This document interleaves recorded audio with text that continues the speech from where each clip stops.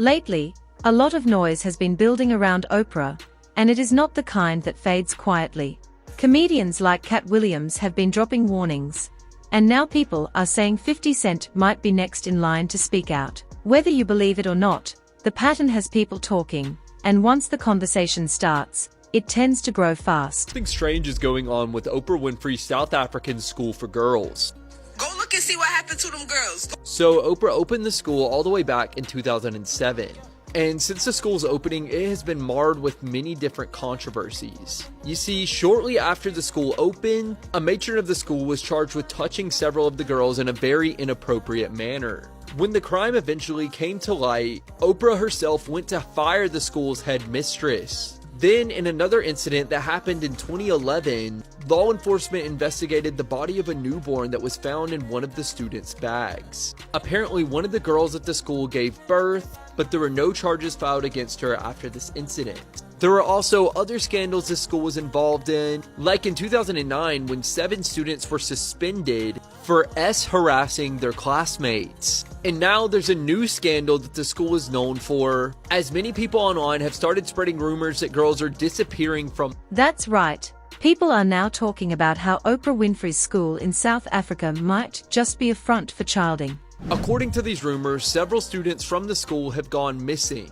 But as of right now, nobody is sure why these rumors have started, as there is currently no news reporting that there have been missing girls at Oprah's school. Regardless, these rumors have managed to go viral all over TikTok and Twitter, and they continue to be spread to this day. Then 50 Cent entered the conversation, and that is when things got louder.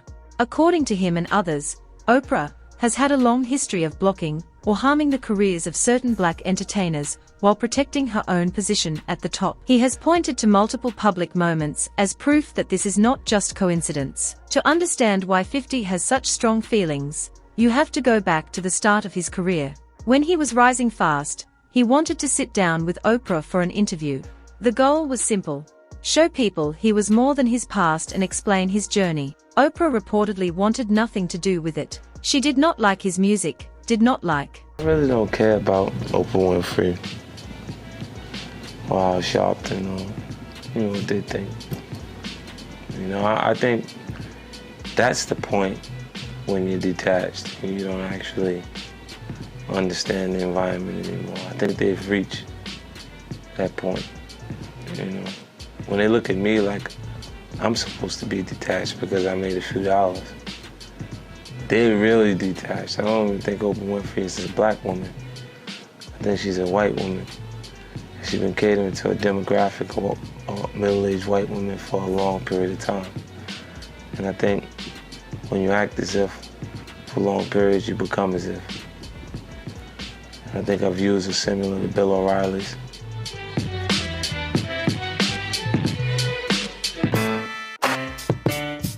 I'm not sure what direction leaders should actually be focusing on. And if I knew that, I would be the biggest black leader around. To be honest with you, I think the impression that's made by the actual success of an artist that comes from where I come from is so inspiring that it creates what hip-hop is. It creates what, like a magic. It makes the American dream believable. That you can come from nothing and amount to everything. 50 did not take that lightly. He openly criticized her, saying her audience did not reflect people like him or his fans. He claimed she spoke to a different crowd and that she rejected everything his music represented. Instead of backing down, he decided conflict worked better for him than silence. Eventually, the interview happened, but not because Oprah wanted it. Industry pressure and ratings made it unavoidable. 12 o'clock in the afternoon, May 24th, she was bent over actually planting flowers in the garden, and I walked over here to sit in the actual vehicle that my friend was waiting for me in, and the car pulled up.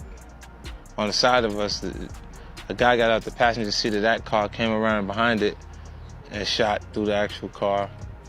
What does it feel like to be shot? Is it a physical feeling? Yeah, it doesn't hurt as much as people imagine it hurts because of your adrenaline and how the shock of what's actually going on, it hurts after. Did you feel the first one or the ninth one? I don't even know. I didn't know my legs were broke. Really? When I tried to get out the car at the hospital, both of my legs were broke. Like I broke in 3 places on this side and then... Where were you shot?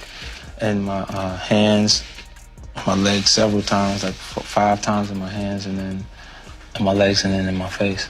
That was not the end of it. Other artists soon shared similar experiences. Ludacris said he went on Oprah's show to promote a movie, but instead of focusing on the film, the conversation shifted to judging his music. He later claimed parts of his response were edited out, making him look unprepared and quiet. Have you made it to Oprah yet? Have I made it to Oprah? I've been on Oprah a long time ago. Okay, so, I haven't made it back, but I was on there one time. I'll tell you. How did it go?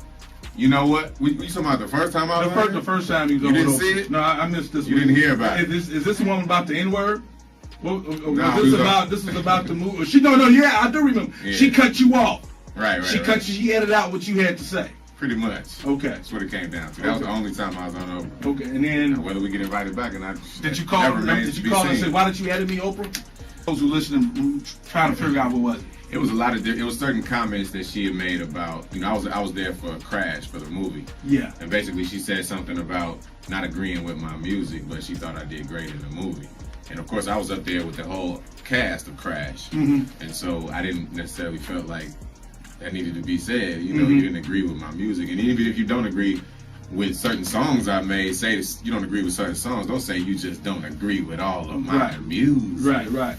So it was a lot of comments that actually basically she was able to say what she said, and then I had my rebuttal, and when I saw the final show, her comments were in there. Right, was in there, but yours wasn't in there. And mine weren't in there, so it just looked like I kind of took it. Wow. Like was just quiet and didn't say yes, ma'am. Yes, mother Oprah. Yes. Nah, but I have a lot of respect, of course, for Oprah. I don't see how anyone can't have respect for Oprah. What she's accomplished in her lifetime, I just think that we came to a disagreement about something. And you can have loved ones, you have family members, you have friends, you have arguments, and you disagree, and sometimes you agree to disagree. To him, it felt like he was used to send a message rather than being treated fairly. Dave Chappelle's experience raised even more eyebrows. After walking away from a massive comedy deal, Dave appeared on Oprah's show to explain his decision.